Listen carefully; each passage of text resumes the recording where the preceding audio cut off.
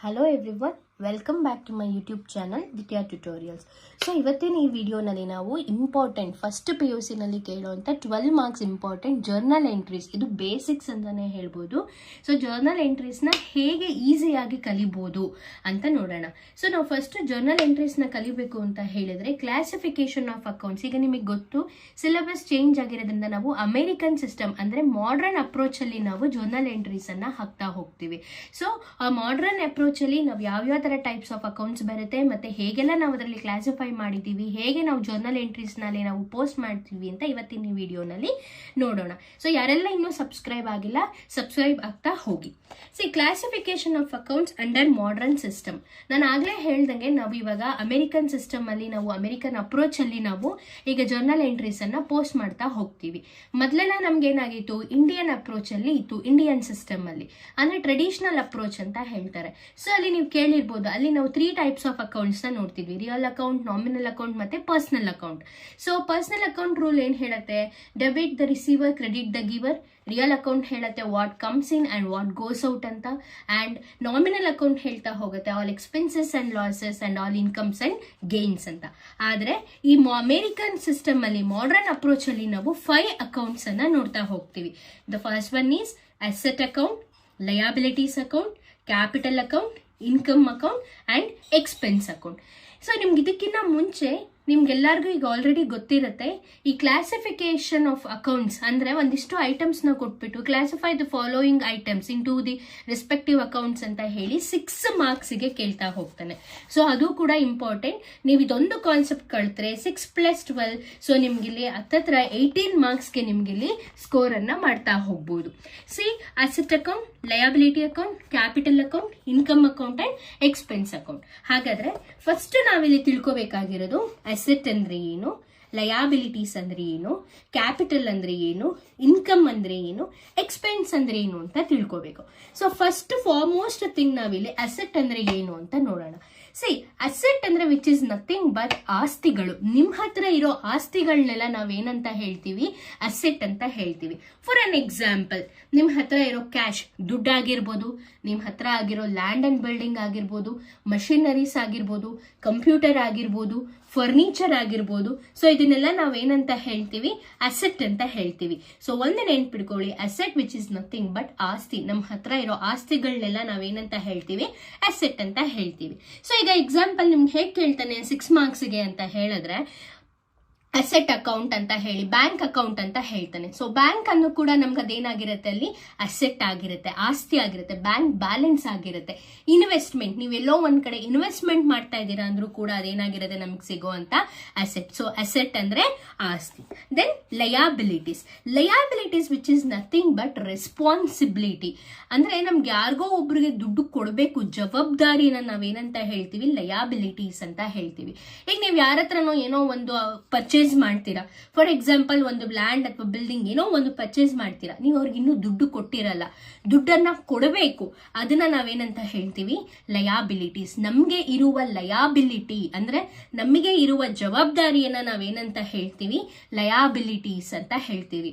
So ಏನೇನಾಗಿರುತ್ತೆ liabilities ಇಲ್ಲಿ, creditor ಅಂತ ಹೇಳ್ತೀವಿ. ಅಂದ್ರೆ the person, the total sum of money which we have to give. ನಾವು ಯಾರಿಗೆ ದುಡ್ಡನ್ನ ಕೊಡಬೇಕು ಅಂತ ವ್ಯಕ್ತಿನ ನಾವೇನಂತ ಹೇಳ್ತೀವಿ, ಕ್ರೆಡಿಟಾರ್ ಅಂತ ಹೇಳ್ತೀವಿ.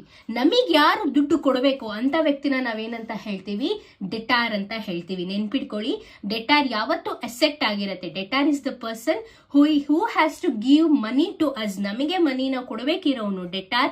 ನಾವ್ ಯಾರಿಗೆ ದುಡ್ಡನ್ನ ಕೊಡಬೇಕು ಅವ್ನು ನಮ್ಗೆ ಏನಾಗಿರ್ತಾನೆ, ಕ್ರೆಡಿಟಾರ್ ಆಗಿರ್ತಾನೆ. ಸೊ ಅಸೆಟ್ ಬಂದು ಡೆಟಾರ್ ಬಂದು ಅಸೆಟ್, ಕ್ರೆಡಿಟಾರ್ ಬಂದು ಏನಾಗಿರುತ್ತೆ, ಲಯಬಿಲಿಟೀಸ್ ಆಗಿರುತ್ತೆ. ಅಂಡ್ ನೆಕ್ಸ್ಟ್ ಕ್ಯಾಪಿಟಲ್, ಇಲ್ಲಿ ನೋಡ್ತಾ ಹೋಗೋಣ. ಹಾಗಾದ್ರೆ ನೆಕ್ಸ್ಟ್ ಕ್ಯಾಪಿಟಲ್ ಅಂದ್ರೆ ಏನು? Capital which is nothing but ಬಂಡವಾಳ.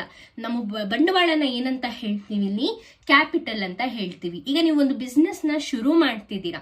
ಸೊ ನಾವು ಬಿಸ್ನೆಸ್ ನ ಶುರು ಮಾಡುವಾಗ ಒಂದಿಷ್ಟು ಅಮೌಂಟ್ ನ ನಾವೇನ್ ಇನ್ವೆಸ್ಟ್ ಮಾಡ್ತೀವಿ ಅದನ್ನ ನಾವೇನಂತ ಹೇಳ್ತೀವಿ, ಕ್ಯಾಪಿಟಲ್ ಅಂತ ಹೇಳ್ತೀವಿ. And then income. ನಿಮ್ಗೆಲ್ಲರಿಗೂ ಗೊತ್ತು, ಸೊ ಮನೇಲೆಲ್ಲ ಮಾತಾಡ್ತಿರ್ತಾರೆ ನಿಮ್ಗೆ ಇನ್ಕಮ್ ಎಷ್ಟು ಬರುತ್ತೆ, ನಿಮ್ ಇನ್ಕಮ್ ಏನಿದೆ ಅಂತ. ಸೊ ನಮಗೆ ಬರೋದು, ನಮಗೆ ಏನೇನೆಲ್ಲ ರೆವೆನ್ಯೂ ಜನರೇಟ್ ಮಾಡ್ಕೊಳತ್ತೆ ಅದನ್ನೆಲ್ಲ ನಾವೇನಂತ ಹೇಳ್ತೀವಿ, ಇನ್ಕಮ್ ಅಂತ ಹೇಳ್ತೀವಿ. ಹಾಗಾದ್ರೆ ಏನು? Any amount which you have received, for example interest received ಅಂತ ಹೇಳ್ತೀವಿ, ಅಥವಾ ರೆಂಟ್ ರಿಸೀವ್ಡ್ ಅಂತ ಹೇಳ್ತೀವಿ. ಸೊ ಇವನ್ನೆಲ್ಲ ನಾವೇನಂತ ಹೇಳ್ತೀವಿ, ಇನ್ಕಮ್ ಅಂತ ಹೇಳ್ತೀವಿ. And then expenses. What is this expenses ಅಂದ್ರೆ ಖರ್ಚುಗಳು. ನಾವು ಮಾಡೋ ಖರ್ಚೆಲ್ಲ ಏನಂತ ಹೇಳ್ತೀವಿ, ಎಕ್ಸ್ಪೆನ್ಸಸ್ ಅಂತ ಹೇಳ್ತೀವಿ. ಈಗ ನೀವು ಇಲ್ಲಿ ಒಂದು ಸಣ್ಣ ಎಕ್ಸಾಂಪಲ್ ನೋಡ್ಬೋದು. ಈಗ ನೀವೆಲ್ಲಾರು ಎಲ್ಲಾರ ಮನೇಲೂ ಒಂದು ಹೊಸ ಮನೆ ತಗೊಂಡಿರ್ತೀರಾ. ಸೊ ಹೊಸ ಮನೆ ತಗೊಳ್ಳೋದು ನಿಮ್ಗೆ ಏನಾಗಿರುತ್ತೆ, ಅದು ಅಸೆಟ್ ಆಗಿರುತ್ತೆ. So purchase of building is an asset. Next ನೀವು ಆ ಬಿಲ್ಡಿಂಗ್ಗೆ ಪೇಂಟಿಂಗ್ ಮಾಡಿಸ್ಬೇಕು, ಲೈಟಿಂಗ್ ಹಾಕಿಸ್ಬೇಕು ಅಲ್ವಾ, ನೀವು ಇಂಟೀರಿಯರ್ ಮಾಡಿಸ್ತೀರಾ. ಸೊ ಪ್ರತಿಯೊಂದು ಅದನ್ನ ನಾವೇನಂತ ಹೇಳ್ತೀವಿ, ಎಕ್ಸ್ಪೆನ್ಸಸ್ ಅಂತ ಹೇಳ್ತೀವಿ. ಅಂದ್ರೆ ಒಂದು ಅಸೆಟ್ ಇನ್ವೆಸ್ಟ್ ಮಾಡಿರೋದಕ್ಕೆ ನಾವಲ್ಲಿ ಏನ್ ಮಾಡ್ತಾ ಹೋಗ್ತೀವಿ, ಖರ್ಚು ಮಾಡ್ತಾ ಹೋಗ್ತೀವಿ. ಅದನ್ನ ನಾವು ಎಕ್ಸ್ಪೆನ್ಸ್ ಅಂತ ಹೇಳ್ತೀವಿ. ಇಲ್ಲಿ ಕಾನ್ಸೆಪ್ಟ್ ತುಂಬಾ ಈಸಿ ಆಗಿರುತ್ತೆ. ಸೊ ನಾವು ಕ್ಲಾಸಿಫೈ ಮಾಡೋದ್ ಕಲ್ತ್ರೆ ಅಸೆಟ್ ಯಾವುದು, ಲಯಬಿಲಿಟಿ ಯಾವುದು, ಕ್ಯಾಪಿಟಲ್ ಯಾವುದು, ಇನ್ಕಮ್ ಯಾವುದು, ಎಕ್ಸ್ಪೆನ್ಸಸ್ ಯಾವುದು ಅಂತ ನಾವು ಪ್ರತಿಯೊಂದು ಕ್ಲಾಸಿಫೈ ಮಾಡೋದ್ ಕಲ್ಸಿದ್ರೆ ಜರ್ನಲ್ ಎಂಟ್ರಿ ತುಂಬಾ ಈಸಿ ಆಗುತ್ತೆ. ಸೊ ನಿಮ್ಗೆ ಜರ್ನಲ್ ಎಂಟ್ರಿ ಬಂತು ಅಂದ್ರೆ ನಿಮ್ಗೆ ಇಲ್ಲಿ ಕಾಂಪೋ ಆಫ್ ಅಂತ ಹೇಳಿ ಲೆಡ್ಜರ್ ಎಂಟ್ರಿ ಕೂಡ ಸೊ ಸಿಮಿಲರ್ ಆಗಿರುತ್ತೆ. ಸೊ ಬೇಸಿಕ್ಸ್ ಫಸ್ಟ್ ನಮ್ಗೆ ಇಲ್ಲಿ ಕ್ಲಾಸಿಫೈ ಮಾಡೋದನ್ನ ಕಲಿಬೇಕು. ಸೊ ಈಗ ನಾನು ಕೆಲವೊಂದು ಎಕ್ಸಾಂಪಲ್ಸ್ ನ ಹೇಳ್ತಾ ಹೋಗ್ತೀನಿ ಹೇಗೆ ನಮಗೆ ಗೊತ್ತಾಗತ್ತೆ ಅಂತ. ಫಾರ್ ಎಕ್ಸಾಂಪಲ್ ಈಗ ಲ್ಯಾಂಡ್ ಅಂಡ್ ಬಿಲ್ಡಿಂಗ್ ಅಂತ ಅನ್ಕೊಳ್ಳೋಣ, ಓಕೆನಾ. So purchase of land and building ಅಂತ ಅನ್ಕೊಳ್ಳೋಣ. ಈಗ ನೀವೊಂದು ಲ್ಯಾಂಡ್ ಅಂಡ್ ಬಿಲ್ಡಿಂಗ್ ನ ಪರ್ಚೇಸ್ ಮಾಡ್ತಿದ್ದೀರಾ ಅಂತ ಹೇಳಿದ್ರೆ ಅದನ್ನ ನಾವು ಅಸೆಟ್ ಅಂತ ಹೇಳ್ತೀವಿ. ಸೊ ಈ ಲ್ಯಾಂಡ್ ಅಂಡ್ ಬಿಲ್ಡಿಂಗ್ ನೀವೇನ್ ಪರ್ಚೇಸ್ ಮಾಡಿದೀರಾ ಅದಕ್ಕೆ ನೀವಿವಾಗ ಪೇಂಟಿಂಗ್ ಮಾಡಿಸ್ಬೇಕು. ಸೊ ಆ ಪೇಂಟಿಂಗ್ ನ ನಾವೇನಂತ ಹೇಳ್ತೀವಿ, ಎಕ್ಸ್ಪೆನ್ಸಸ್ ಅಂತ ಹೇಳ್ತೀವಿ. ಸರಿನಾ? ಅಂದ್ರೆ ನಾವು ತಗೊಂಡಿರೋದಕ್ಕೆ ನೆಕ್ಸ್ಟ್ ಖರ್ಚನ್ನ ಏನ್ ಮಾಡ್ತಾ ಇದೀವಿ ಅದನ್ನ ನಾವು ಎಕ್ಸ್ಪೆನ್ಸಸ್ ಅಂತ ಹೇಳ್ತೀವಿ. ಇನ್ನೂ ಸಿಂಪಲ್ ಆಗಿ ಹೇಳ್ಬೇಕು ಅಂದ್ರೆ ನೀವೆಲ್ಲ ಗಾಡಿ ತಗೋತೀರಾ, ವೆಹಿಕಲ್, ಮೋಟಾರ್ ಬೈಕ್ ಅಥವಾ ಏನೋ ಒಂದು ಸ್ಕೂಟಿ ತಗೋತೀರಾ. ಆ ಪರ್ಚೇಸ್ ಮಾಡೋದು ನಿಮಗೆ ಸಿಗ್ತಾ ಇರೋದು ಏನಾಗಿರುತ್ತೆ, ಅಲ್ಲಿ ನಿಮಗೆ ಅಸೆಟ್ ಆಗಿರುತ್ತೆ. ಅದಕ್ಕೆ ನೀವು ವಾರಕ್ಕೊಂದ್ಸಲಿ ಪೆಟ್ರೋಲ್ ಹಾಕಿಸ್ಬೇಕು, ಅದಕ್ಕೆ ಸರ್ವಿಸ್ ಮಾಡಿಸ್ಬೇಕು. ಅದನ್ನೆಲ್ಲ ನಾವೇನಂತ ಹೇಳ್ತೀವಿ, ಇಲ್ಲಿ ಎಕ್ಸ್ಪೆನ್ಸಸ್ ಅಂತ ಹೇಳ್ತಾ ಹೋಗ್ತೀವಿ. ದೆನ್ ಈಗ ಲ್ಯಾಂಡ್ ಅಂಡ್ ಬಿಲ್ಡಿಂಗ್ ನಾನು ಹೇಳಿದೆ ಅಸೆಟ್ ಆಗಿರುತ್ತೆ, ಅದಕ್ಕೆ ನೀವು ಮಾಡಿಸೋಂತ ಪೇಂಟಿಂಗ್ ಏನಾಗಿರುತ್ತೆ, ಇಲ್ಲಿ ಎಕ್ಸ್ಪೆನ್ಸಸ್ ಆಗಿರುತ್ತೆ. ಸಪೋಸ್ ನೀವು ಎಕ್ಸ್ ಅನ್ನೋ ವ್ಯಕ್ತಿಯಿಂದ ನೀವು ಲ್ಯಾಂಡ್ ಅಂಡ್ ಬಿಲ್ಡಿಂಗ್ ನ ಪರ್ಚೇಸ್ ಮಾಡಿರ್ತೀರಾ. ಇವನಿಗೆ ನೀವು ಹೇಳ್ತೀರಾ ಒಂದು land and building which is of cost 80 lakh ಅಂತ ಹೇಳಿ ನೀವು ಅವನಿಗೆ ಒಂದು 50 lakh ನ ಪೇ ಮಾಡಿರ್ತೀರಾ. ಎಗೇನ್ ಇನ್ನ 30 lakh ನ ನೀವು ಪೇ ಮಾಡಿರಲ್ಲ. ಈ 30 lakh ನೀವು ಏನ್ ಪೇ ಮಾಡಿರಲ್ಲ ಇದು ನಿಮ್ಗೆ ಏನಾಗಿರತ್ತೆ, ಲಯಾಬಿಲಿಟಿ ಅಂದ್ರೆ ನಿಮ್ಗೆ ಜವಾಬ್ದಾರಿ ಇರತ್ತೆ. ಸೊ ಆ ಎಕ್ಸ್ ಅನ್ನೋ ಪರ್ಸನ್ ಏನಾಗ್ತಾನೆ, ನಿಮ್ಗೆ ಅವಾಗ ಕ್ರೆಡಿಟರ್ ಆಗ್ತಾನೆ. He is called as liability. ಅವನ್ನೇ ನಾವೇನಂತ ಹೇಳ್ತೀವಿ, ಇಲ್ಲಿ ಲಯಾಬಿಲಿಟಿ ಅಂತ ಹೇಳ್ತೀವಿ. ಅಗೇನ್ ಇನ್ನೊಂದು ಎಕ್ಸಾಂಪಲ್ ಹೇಳ್ತೀನಿ.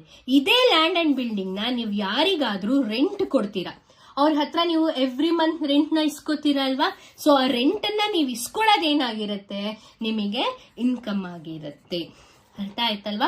ಸೊ ಹೀಗೆ ಒಂದು ಸಿಂಪಲ್ ಆಗಿ ಕಾನ್ಸೆಪ್ಟ್ ಹೇಳಬೇಕು ಅಂದ್ರೆ ಅಸೆಟ್, ಎಕ್ಸ್ಪೆನ್ಸಸ್, ಲಯಾಬಿಲಿಟಿ ಮತ್ತೆ ಇನ್ಕಮ್ ಕಾನ್ಸೆಪ್ಟ್ ಬಗ್ಗೆ ಎಲ್ಲರಿಗೂ ಅರ್ಥ ಆಗಿದೆ ಅಂತ ಅನ್ಕೊಂತೀನಿ. ಸೊ ನಾನು ನೆಕ್ಸ್ಟ್ ವಿಡಿಯೋನಲ್ಲಿ ಸೊ ರೂಲ್ಸ್ ಏನಿದೆ, ಅಮೆರಿಕನ್ ಸಿಸ್ಟಮ್ 5 ಅಕೌಂಟ್ಸ್ ಗಳ ರೂಲ್ಸ್ ಏನಿದೆ ಮತ್ತೆ ನಾವು ಹೇಗೆ ಅದಕ್ಕೆ ನಾವು ಜರ್ನಲ್ ಎಂಟ್ರೀಸ್ ನ ಅಪ್ಲೈ ಮಾಡಬಹುದು ಅಂತ ನೆಕ್ಸ್ಟ್ ವಿಡಿಯೋ ನೋಡೋಣ. ಯಾರೆಲ್ಲ ಇನ್ನ ಸಬ್ಸ್ಕ್ರೈಬ್ ಆಗಿಲ್ಲ ಪ್ಲೀಸ್ ಸಬ್ಸ್ಕ್ರೈಬ್ ಆಗಿ.